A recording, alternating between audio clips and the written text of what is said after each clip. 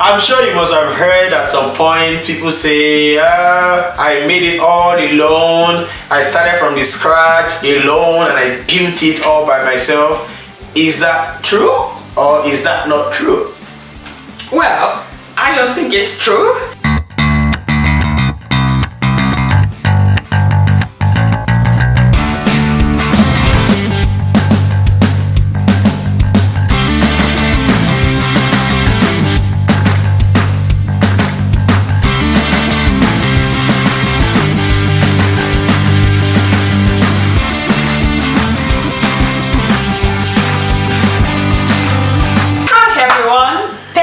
For joining us again today on this episode where we're going to be talking about something very crucial on our journey to success. Alright, so why do we think people say that they made it themselves, they were self-taught, or they made it alone, they rose to the top alone, they started from there and now we are here? Why do we think people do that? Like some people tell you that they started the poetry with a feather and things like that. Well, I want to believe people make such statements for different reasons. Absolutely. You know, yeah. And it depends on their worldview, you know. And one of those reasons could be a function of pride, like people, you know, creating an environment of oppressing other people, making them look as if they are the smartest or the most brilliant or the most brilliant living being on earth, right? So I think pride could be a function of why people say that.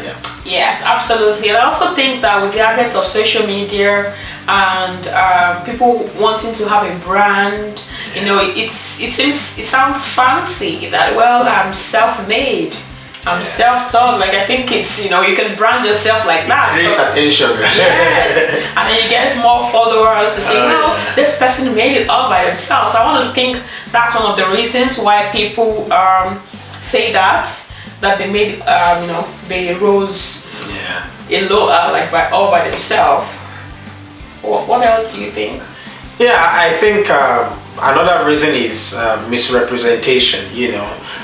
People not having sound knowledge of what success is all about. I strongly believe that success is a cumulative effect of several factors, you know, and some people they define success in monetary values. So if nobody has given them some money, then nobody has contributed to their success story. But that is not true, you know, because they neglect the fact that someone offered emotional support when they needed it. They neglect the fact that someone guided them or someone advised them. And the most obvious part of it is that some people neglect the fact that they've read books. You know, you read a book on how to start a business, and from the book you got an idea and you started something and it became so big and you came out and say you made it by yourself. Someone wrote a book, someone gave you the idea. Or you watched that YouTube video. Oh, yeah. You watched that YouTube video and you got the idea and you started it, right? I think one other thing that I would add is that sometimes people are just ignorant, right? They don't know any better, and they've been taught that, well, because they are from humble background, their parents don't have much money, and also the government is not helping them, and the environment is not helping them, and they just feel like, well, because of that, and if they have any chance of escaping that situation, they're like, okay, I made it all by myself because I didn't have an uncle to help me, I didn't have auntie to help me. So that's just you know, based on what they've been told or they've been sold over the years to say, well, if that was your path, then it means that you made it by yourself. But it's not really true that people make it by themselves, because we have a lot of, you know, factors surrounding us, and some factors will push you, some factors will help you, and some factors, because you have seen the result of that, you make your that decision not to follow that path. Yeah, I mean, well said. And I think another reason why people make such statements is that they put aside the God factor, which is the most important thing. That you are alive is not because you are smart. It's because the grace of God has been so great upon your life to keep you, you know.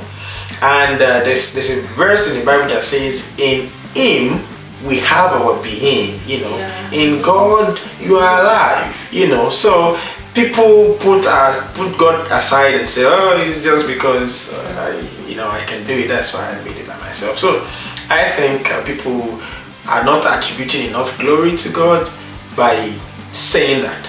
Yeah, and also we're making reference to the Bible because that's our guide, right? Yeah. And so the Bible also says that it puts in us to will, the power to will and to do, right? So the fact that you actually have that desire, that passion to want to succeed, it is all from God. Oh, yeah. So it will be a disservice to yourself to think that you woke up and then you had a sound mind yourself, and you started to think like, I want to make it and this is how I'm going to make it, right?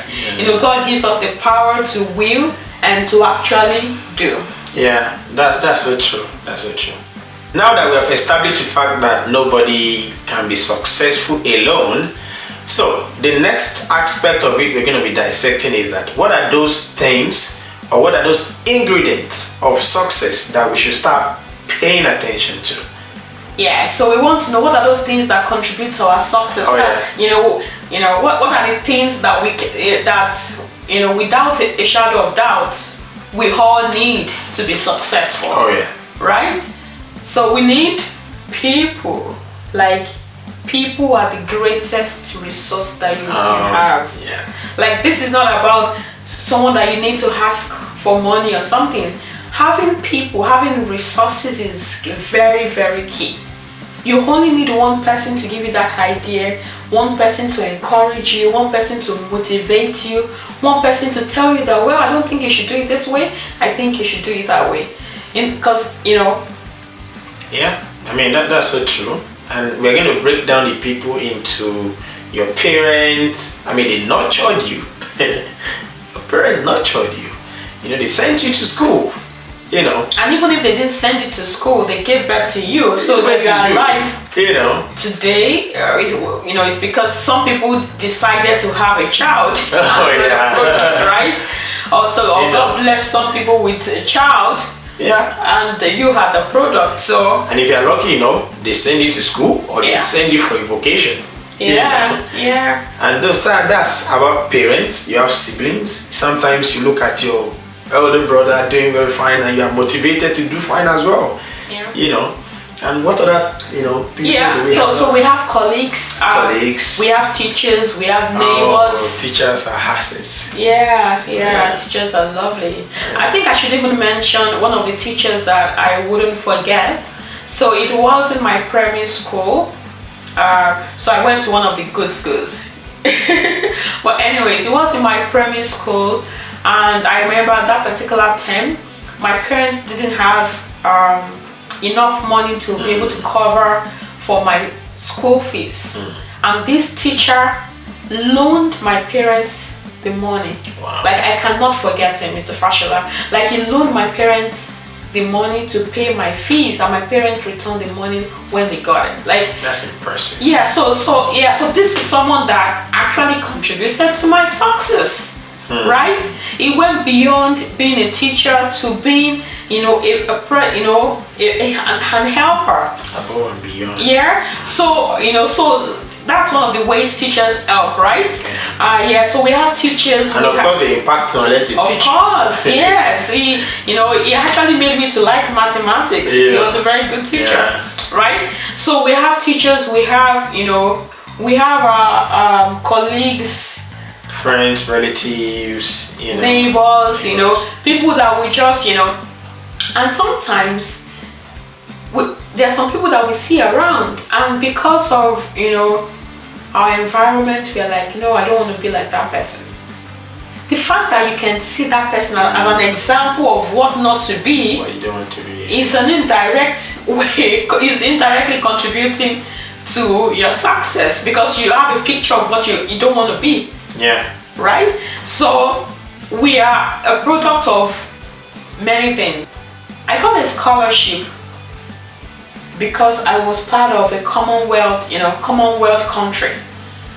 Which that, even if I have someone who is like me, who we have the same level of intelligence, but wasn't from my country or wasn't from a Commonwealth country, that person would not have access to that scholarship. Yeah. Right? So it would be very wrong of me to just think it was just because of my intelligence that I got that scholarship.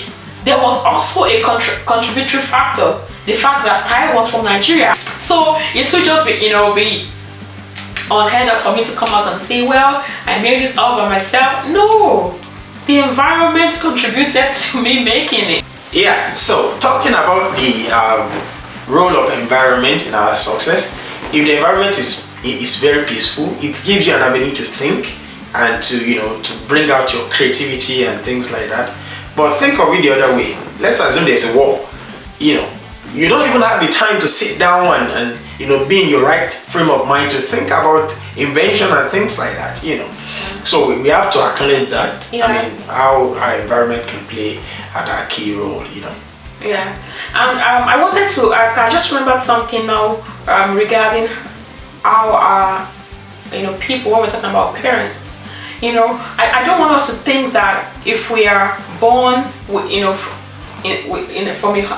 you're born in a humble background, you're from a humble background, to think that you cannot achieve success. No, you can actually achieve success. It might be true that you can't see the picture of what you want in probably your parents, but with the help of God.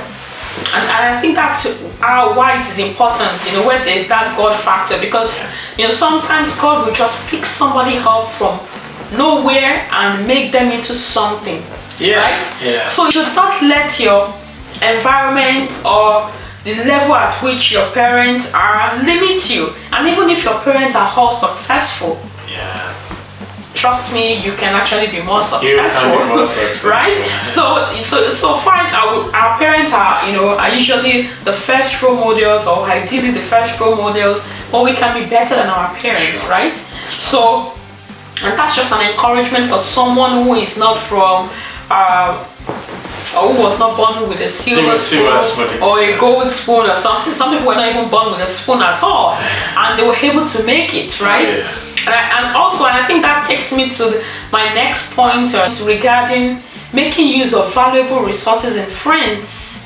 There are some friendships that are very crucial to where we are going in life, right? So, but then it takes wisdom to be able to discern, to know which of these friends is actual or looks like the picture of my future, looks like what I want to be, looks like where I am going. Because it's important for us to be able to discern as well, because not all friends are valuable and not all friends are instrumental to the to the future that we are going. So it is important for us to identify and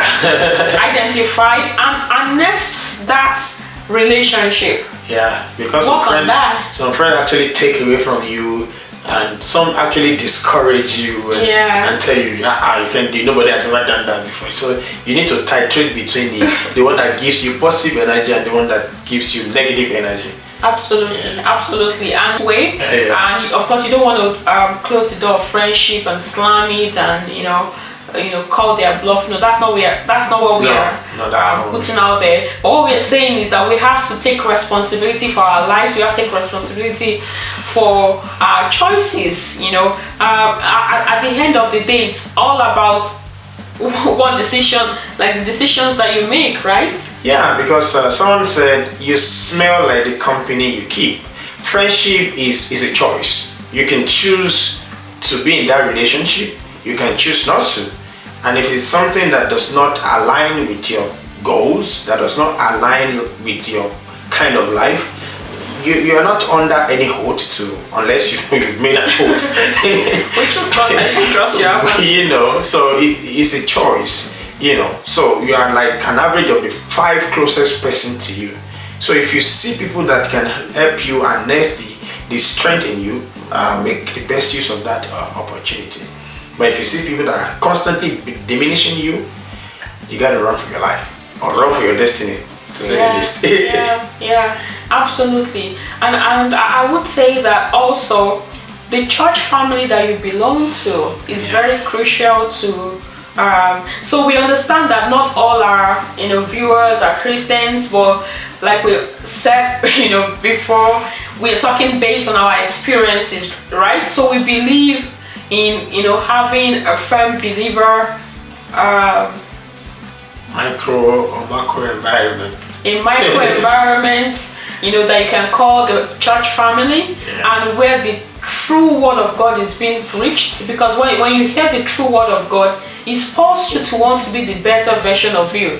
It spurs you to want to fulfill God's purpose, right? So that's very, very important. Not the motivational kind of environment that just motivates you to get things. The one that would encourage you to get good success. Success, yes. Success the God kind of way. God kind of success. Yes, yes. And one other thing that we would like to discuss is making use of resources around you. And one of those resources is good books. For example, you want to be an entrepreneur. Read books about entrepreneurship. It will go a long way to help you. Yeah. And we have a lot of resources on the internet. A lot of resources. You can go on YouTube. You can actually even get audiobooks on YouTube. You can see how to do practically anything on YouTube. Right? So we should, and Google is our friend. Just Google it. Yeah, it's good. Like if you're not sure of something, just Google it. So to cap it all, there are a lot of things around you that you can harness on your journey to success. Another thing we would like to mention is that pray. Whatever future you want to create or whatever future you want to have, you can create it in a place of prayer. Because whatever happens in the physical is being controlled in the spiritual. So you can use your prayer to create the kind of future you want to. Very important. Yeah, absolutely. And we wanted to let you know that you too can make it.